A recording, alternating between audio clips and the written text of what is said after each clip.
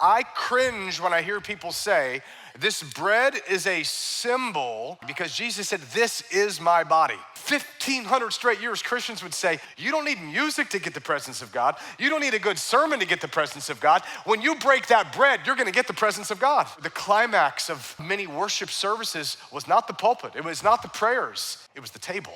I was listening to some Francis Chan, who's been a prominent voice in a lot of the Lord's Supper talk in recent years. He said, I watch churches trying so hard to get really good music, but let's be honest right now, if Jesus Christ walked in the lobby in the flesh right now, and you knew if you touched his body, you could get healed, wouldn't you get up and leave my sermon and go touch Jesus? This is why Catholics, I think, have a very good reminder that many people touched Jesus when he was walking through the street, but one woman with an issue of blood, she touched him, and when she touched him, she got healed. And you could say, why? Because she touched him in faith. Church, I want us to devote ourselves to the breaking of bread, but I need us to understand that when we break the bread and when we gather in his name and when we gaze at what he's done, the bread is no longer merely a symbol of something, that something takes place spiritually speaking, that we can access the very throne of God,